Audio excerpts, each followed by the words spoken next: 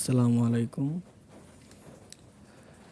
আজকের আলোচনার বিষয় হচ্ছে পার্ট অফ স্পিচ। ইংরেজিতে এটি খুবই গুরুত্বপূর্ণ পড়া। পার্ট অফ স্পিচ এর অর্থ হচ্ছে পদ প্রকরণ। পদ প্রকরণ বাংলা ব্যাকরণে আছে পদ।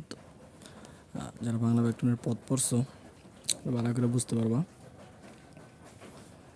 ইংরেজিতে পার্ট অফ স্পিচ হচ্ছে 8 প্রকার। ইংরেজিতে পার্ট অফ স্পিচ টোটালি 8 প্রকার। এক হচ্ছে নাউন। নাউন মানে বিশেষ্য। আর সাধারণত কোনো কিছুর নামকে নাউন বলে। কোনো কিছুর নামকে নাউন বলে। তারপর হচ্ছে প্রনাউন মানে সর্বনাম। সর্বনামটা কি? নামের পরিবর্তে যে শব্দটা ব্যবহার হয় সেটাই হচ্ছে প্রনাউন। তারপর হচ্ছে অ্যাডজেক্টিভ। অ্যাডজেক্টিভ মানে হচ্ছে বিশেষণ। এই যে নাউন বা প্রনাউনের দোষ, গুণ, সংখ্যা, অবস্থা, পরিমাণ ইত্যাদি যেই ওয়ার্ড দ্বারা বোঝায় তাকেই আসলে বিশেষণ বলা হয়। সামনে এর আরও বিস্তারিত আমরা প্রত্যেকটা পার্ট অফ স্পিচের বিস্তারিত আমরা সামনে দেখব। তারপর হচ্ছে ভার্ব। ভার্ব মানে ক্রিয়া। যেই ওয়ার্ডটা দ্বারা কাজ বোঝায় ওইটাই হচ্ছে ক্রিয়া, ভার্ব। অ্যাডভার্ব মানে ক্রিয়া বিশেষণ। যে কোনো ওয়ার্ড বা যে কোনো সেন্টেন্সকে অ্যাডভার্ব মডিফাই করে, মানে এক্সট্রা তথ্য দেয়, অতিরিক্ত একটা তথ্য দেয়। তারপর হচ্ছে প্রিপোজিশন, সম্বন্ধসূচক অব্যয়। একটা ওয়ার্ডের সাথে একটা ওয়ার্ডের সম্বন্ধ যোগ করে, সম্বন্ধ করে, বা অনেকে এটা বলা হয় পদানয়ী অব্যয়। প্রিপোজিশন অনেক জায়গায় পদানয়ী অব্যয় আছে, অনেক জায়গায় সম্বন্ধসূচক অব্যয় আছে। যে কোনো তোমরা একটা বলতে পারো। মূলত এর কাজই হচ্ছে কোনো নাউনকে বা প্রনাউনকে নির্দেশ করা বা এর সাথে সম্বন্ধ যোগ করা। তারপর হচ্ছে কনজাংশন। কনজাংশন মানে সংযোজক অব্যয়। দুইটা ওয়ার্ডের মাঝে এটা সংযোগ করে। কনজাংশন মানে কি?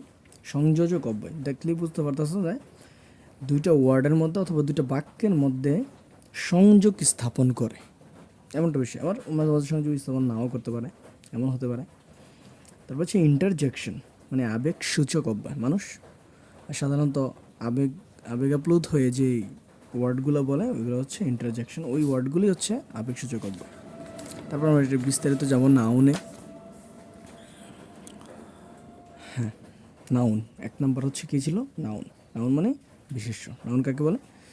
যে ওয়ার্ড দ্বারা ব্যক্তি, বস্তু, প্রাণী, স্থান, পদার্থ, কোনো কিছুর সমষ্টি, অবস্থা বা গুণের নাম বোঝায় তাদেরকে নাউন বা বিশেষ্য বলে।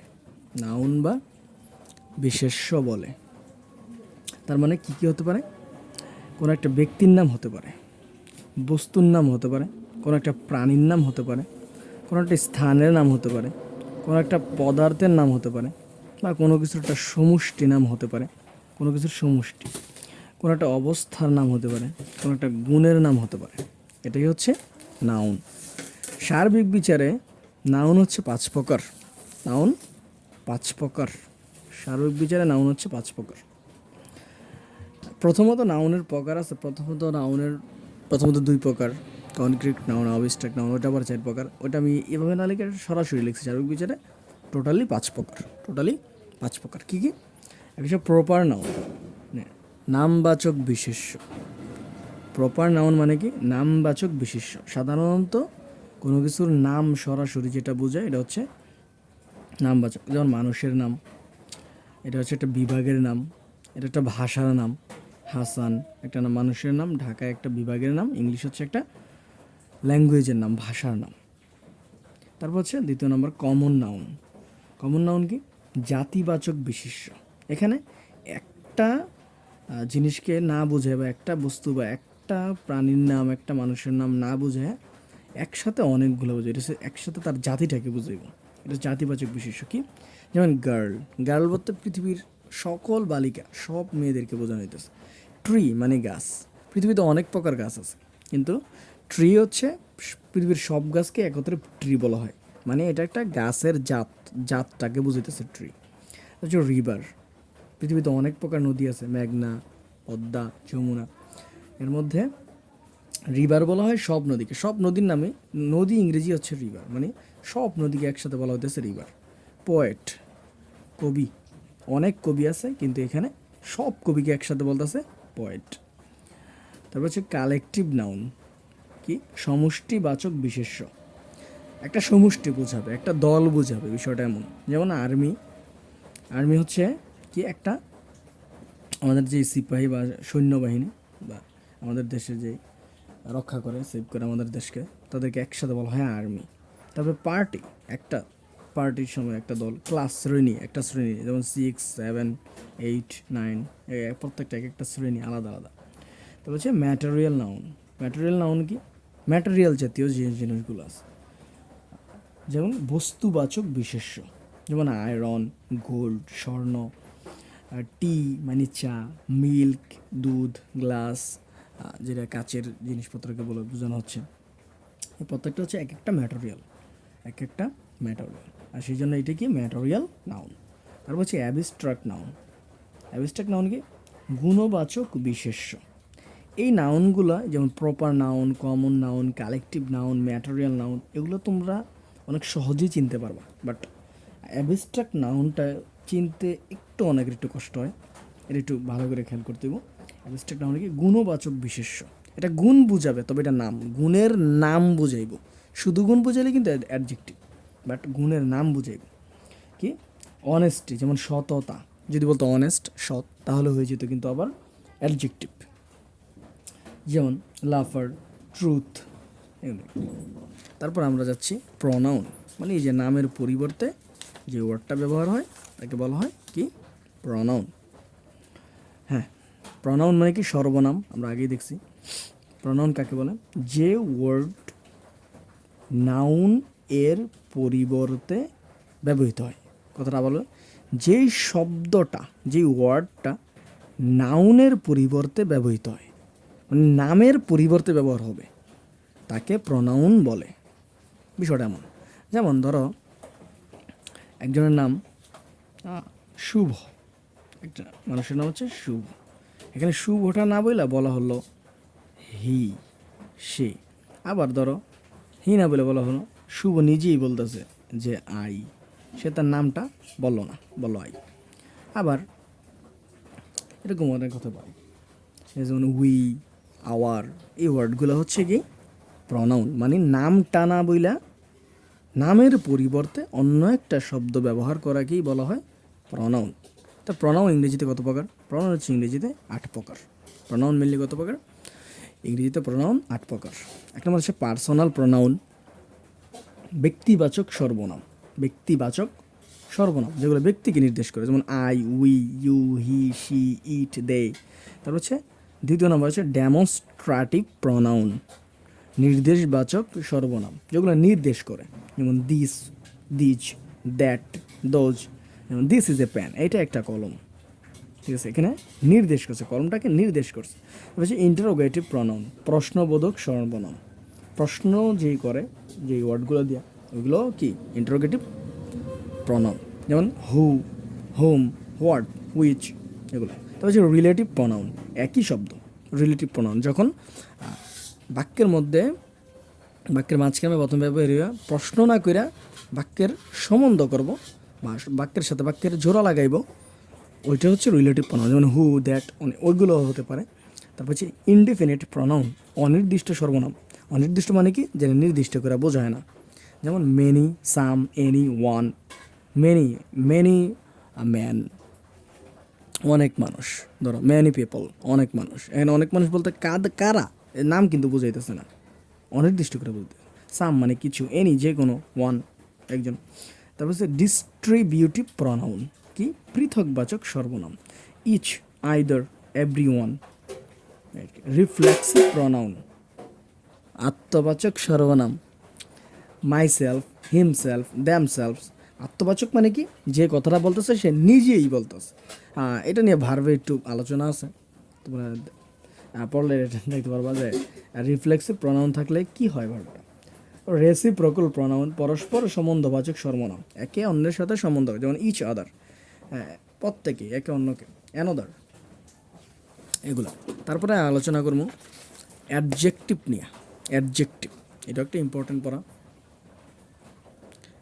অ্যাডজেক্টিভ হচ্ছে যে ওয়ার্ড নাউন বা প্রনাউনের দোষ, গুণ, অবস্থা, সংখ্যা, পরিমাণ ইত্যাদি প্রকাশ করে তাকে অ্যাডজেক্টিভ বলে। আবার বলি যে ওয়ার্ড কার কার, নাউন আর প্রনাউনের, আবার প্রিপোজিশনের কিন্তু না, শুধু অনলি নাউন আর প্রনাউনের কি বোঝাবে, দোষ বোঝাবে, গুণ বোঝাবে, অবস্থা বোঝাবে, সংখ্যা বোঝাবে, পরিমাণ বোঝাবে।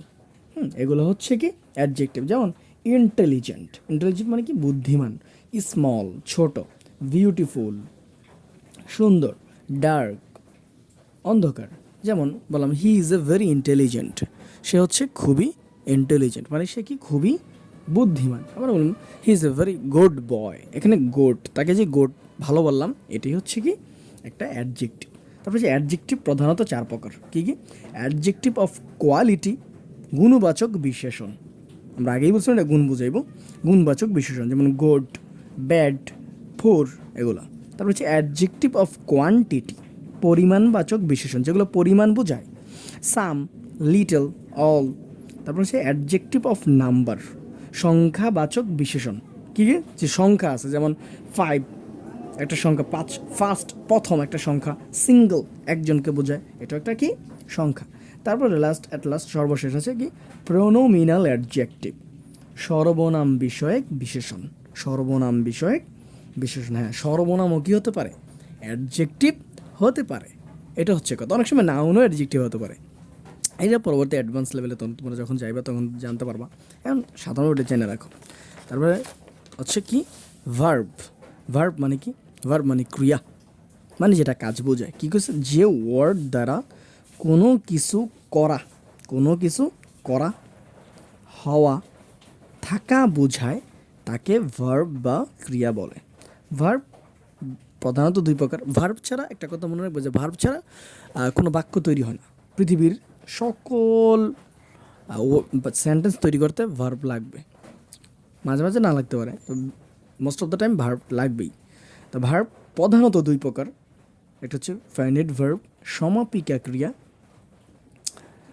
দ্য প্রিপেয়ার্ড দ্য ডকুমেন্ট, তারা প্রস্তুত করেছিল দ্য ডকুমেন্ট, মানে দলিলপত্র তারা কী করেছিল, প্রস্তুত করেছিল। আর একটা হচ্ছে নন ফাইনাইট ভার্ব, অসমাপিকা ক্রিয়া। কী হচ্ছে? হি কেম টু সি মি, সে এসেছিল, টু সি দেখতে, মি আমাকে, সে আমাকে দেখতে এসেছিল। সে আমাকে দেখতে এসেছিল, কেন আসছিল তোমার মনে কিন্তু একটা প্রশ্ন জাগে এখন। এটা কি অসমাপিকা ক্রিয়া। আর সমাপিকা ক্রিয়া মানে কি, যেই কথাটা বলার পরে আর কোনো কি থাকে না, প্রশ্ন থাকে না, একদম ক্লিয়ারলি আমাদের সেন্টেন্সটা বাক্যটা ক্লিয়ারলি হয়ে যায়, একদম পরিষ্কার করে তুমি বুঝতে পারো। কিন্তু নন ফাইনাইট ভার্ব তুমি পরিষ্কার করে বুঝতে পারবে না, বা তোমার মনের প্রশ্নটা শেষ হইব না। এটা হচ্ছে নন ফাইনাইট এবং ফাইনাইট ভার্বের পার্থক্য। ফাইনাইট ভার্ব আবার 2 প্রকার। কী কী? একটা হচ্ছে প্রিন্সিপাল বা মেইন ভার্ব, যেটাকে আমরা বলি প্রধান ক্রিয়া। আর একটা হচ্ছে অক্সিলারি ভার্ব। মেইন ভার্বের প্রধান কি মানে কি, যেমন দ্য প্লে ফুটবল, তারা কি খেলে, ফুটবল খেলে। এখানে প্লে শব্দটা হচ্ছে মেইন ভার্ব। আর অক্সিলারি ভার্ব মানে কি, অক্সিলারি ভার্ব মানে সাহায্যকারী ক্রিয়া, সে সাহায্য করবে বাট তার মূল কোনো অর্থ এখানে থাকবে না, সে শুধু সাহায্য করতে আসবে এখানে। যেমন আই এম রিডিং বুক, আমি বই পড়তেছি, আমি বই পড়তেছি। এখানে এই এম অর্থ তো হওয়া, বা তো এটার অর্থ কিন্তু এখানে আসেনি, এটা জাস্ট এখানে কি করছে, সাহায্য করছে। প্রেজেন্ট কন্টিনিউয়াস টেন্সে এসে একটা কী করছে, সাহায্য করছে না, জাস্ট এটা অর্থের কোনো প্রভাব নেই এখানে। তারপর হচ্ছে প্রিন্সিপাল ভার্ব। প্রিন্সিপাল ভার্ব আবার কত প্রকার? 2 প্রকার। ট্রানজিটিভ ভার্ব, সকর্মক ক্রিয়া, ইনট্রানজিটিভ ভার্ব, অকর্মক ক্রিয়া। এখন সকর্মক আর অকর্মক কি, কর্ম কি, কর্ম মানে হচ্ছে অবজেক্ট, কর্ম মানে কি অবজেক্ট, অবজেক্ট মানে হচ্ছে কর্ম। যার কর্ম আছে সে হচ্ছে সকর্মক মানে ট্রানজিটিভ ভার্ব, যার যেই ভার্বের কর্ম নাই তাকে বলা হয় অকর্মক বা ইনট্রানজিটিভ ভার্ব। এটা হচ্ছে মোটামুটি ভার্বের একটা ছোটো আলোচনা। সামনে আমরা যাই, সামনে আছে অ্যাডভার্ব। কি অ্যাডভার্ব? অ্যাডভার্বটা কি দেখো, যে ওয়ার্ড নাউন এবং প্রনাউন ব্যতীত, কার কার করবেন, নাউন এবং প্রনাউন ব্যতীত, ভার্ব, অ্যাডজেক্টিভ অথবা অন্য অ্যাডভার্ব, এমনকি কোনো সেন্টেন্স অথবা যে কোনো পার্ট অফ স্পিচকে মডিফাই করে তাকে অ্যাডভার্ব বলে।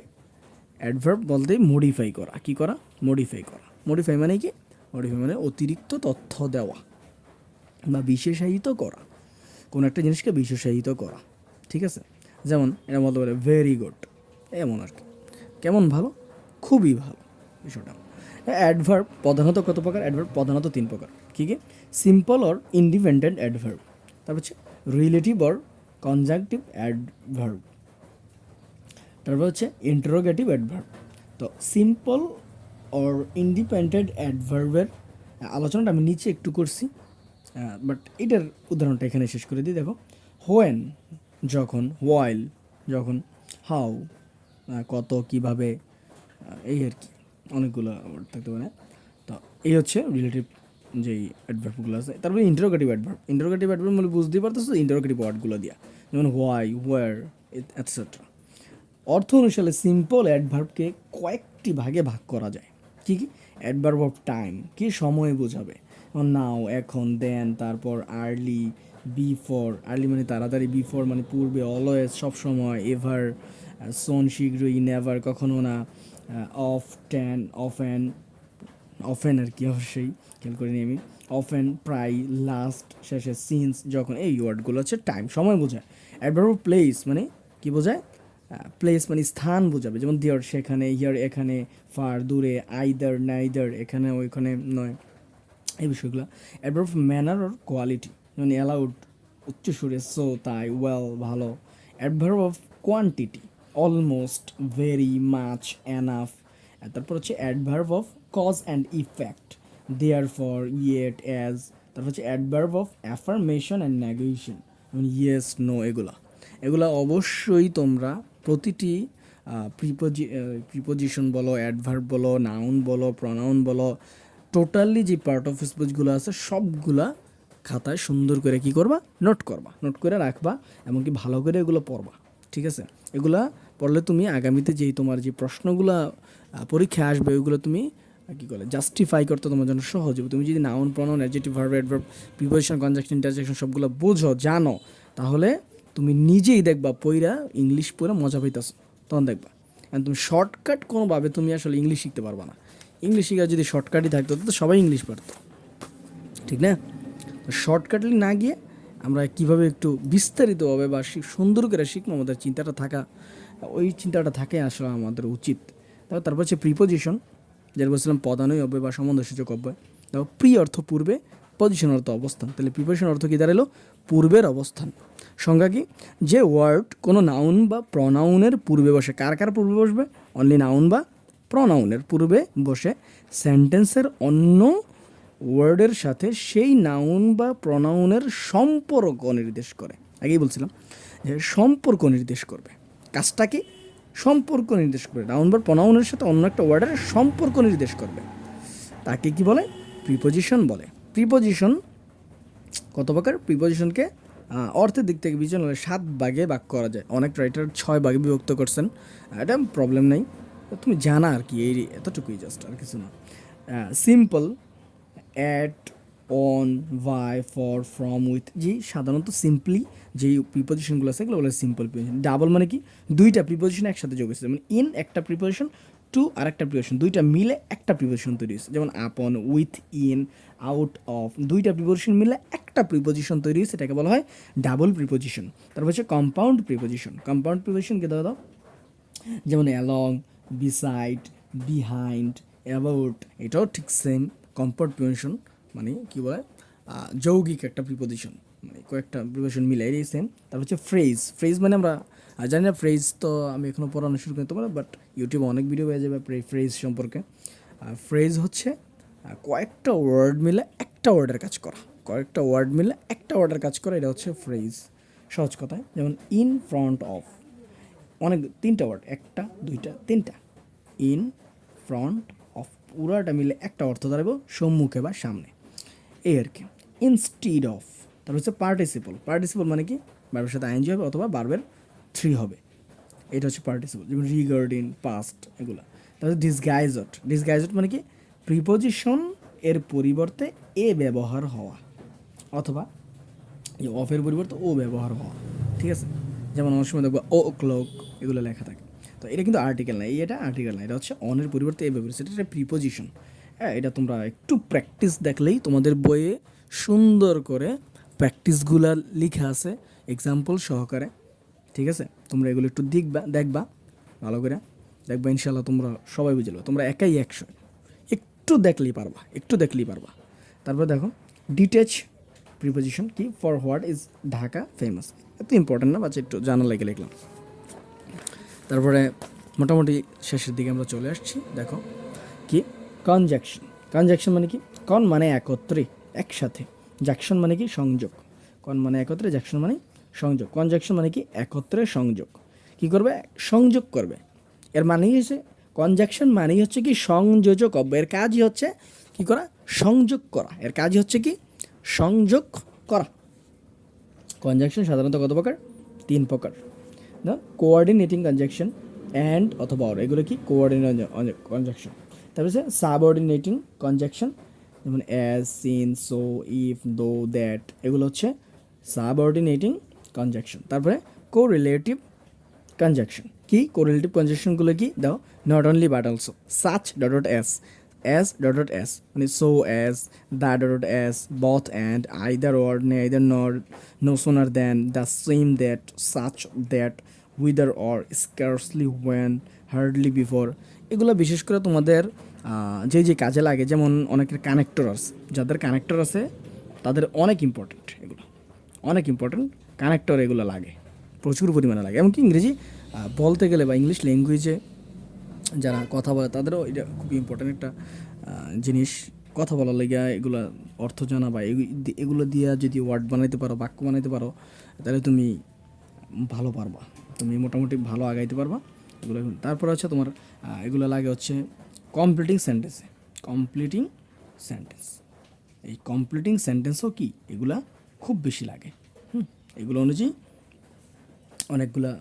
অনেক বাক্যের পরিবর্তন হয়, অনেক কোন সময় কী হবে এগুলো লাগে। তারপরে আমার আরেকটা জিনিস আছে, এটা হচ্ছে ফ্রেজ, স্পেশাল ফ্রেজ। যাদের 9-10 পড়ো তোমরা, তোমাদের স্পেশাল ফ্রেজ আছে, 9-10 নাকি ইন্টারে জানো স্পেশাল ফ্রেজটা আছে, ইন্টারে মনে হয় স্পেশাল ফ্রেজটা আছে, হ্যাঁ ইন্টারেই স্পেশাল ফ্রেজটাও এইগুলো লাগে, এই ওয়ার্ডগুলো লাগে। এখন মূল কথা হচ্ছে এগুলো তোমরা অর্থ সহকারে ডিকশনারি হোক বা যে কোনো জায়গা থেকে হোক এগুলোর অর্থ সহকারে সংগ্রহ করবা, পড়বা, তাহলে ইনশাল্লাহ আগামীতে তোমরা আশাবাদী আমি খুব ভালো করবা। তারপর হচ্ছে ইন্টারজেকশন মানে কি আবেগ সূচক অব্যয়। ইন্টার মানে ভিতরে, আর জ্যাকশন মানে কি ছুঁড়ে দেওয়া, তাহলে কি দাঁড়াইলো ভিতরে ছুঁড়ে দেওয়া না। আসলে সংজ্ঞাটা দেখি কি, যে ওয়ার্ড দ্বারা হর্ষ, বিষাদ, বিস্ময়, ঘৃণা প্রভৃতি মনের আকাঙ্ক্ষিক অনুভূতি মনের ভিতরে ছুঁড়ে দেওয়া হয়, মানে মনের ভিতরে একটা আঘাতপ্রাপ্ত বা খুশিতে আমরা মনের ভিতরে যে ভিতরে একটা ফিল করি, ওইটাই হচ্ছে কি ইন্টারজেকশন। ওই ওয়ার্ডটাই কি ইন্টারজেকশন। যেমন যেমন তুমি একটা প্রবলেম হলো, আমরা বলি না এই এমন আর কি, যেমন অ্যালাস কি দুঃখ, বা হায় হায়, ওহ হোরা কি আনন্দ, হুজ্জা ফাই ছিছি, ব্রাভো, হ্যালো, হ্যাঁ, হোয়াট, টাট হি, এই ওয়ার্ডগুলো কি সবগুলোই হচ্ছে ইন্টারজেকশনের ওয়ার্ড। এগুলো অবশ্যই তোমরা কি করবা, অর্থগুলা ডিকশনারি অথবা যে কোনো মেন্টর থেকে, স্যার থেকে এগুলো সংগ্রহ করে তোমরা লিখবা, অর্থ সহকারে শিখবা, এগুলো তোমাদের অনেক কাজে দিবে। তারপর হচ্ছে ইন্টারজেকশনাল ফ্রেজও হতে পারে, যেমন ও ডিয়ার মি, হায় হায়, ফর হ্যাভেন সেক, দয়া করে, ফর শেম, লজ্জা করো, হোয়াট এ পিটি, কি দুঃখজনক, হোয়াট এ প্যাস্ট, কি যন্ত্রণা, গড গ্রাসিয়াস, আহা। এইগুলোর আরও অনেক অর্থ আছে, স্থানভেদে এগুলোর কি অর্থ পরিবর্তন হয়, অর্থ পরিবর্তন হয়। তো আমি যতটুকু সহজ করে লিখছি, চেষ্টা করছি তোমাদেরকে একটু সহজ করে বোঝানোর জন্য। আশা করি তোমরা বুঝতে পারছো। যদি না বুঝো তাহলে অবশ্যই জানাইবা। আর দ্বিতীয় হচ্ছে সবাই একটু খাতায় নোট করে, এবং কি তোমাদের গ্রামাটিক্যাল বই থেকে তোমরা একটু চেষ্টা করবা, তোমাদের গ্রামাটিক্যাল বই থেকে তোমরা এটা পড়ার পরে তোমরা অবশ্যই বই পড়বা। বই পড়ার কোনো বিকল্প নেই, শেখার জন্য বই পড়ার কোনো বিকল্প নেই। তুমি যতই ইন্টারনেটে পড়ো, যতই কিছু হোক, আসলে বই নিজে পড়ার চেয়ে মূল্যবান আর কিছু নেই। এটা আমি তোমাদেরকে রিকমেন্ড করতেছি। অবশ্যই বই পড়বা, এখান থেকে পড়ার পর অবশ্যই বই পড়বা, দেখবা বই পড়া দেখবা তোমরা যে সহজে বুঝতেছো, আরে এটা তো আমি পারি, এটা মনে হইব। তাকে আজকে এর বেলা শেষ। আসসালামু আলাইকুম।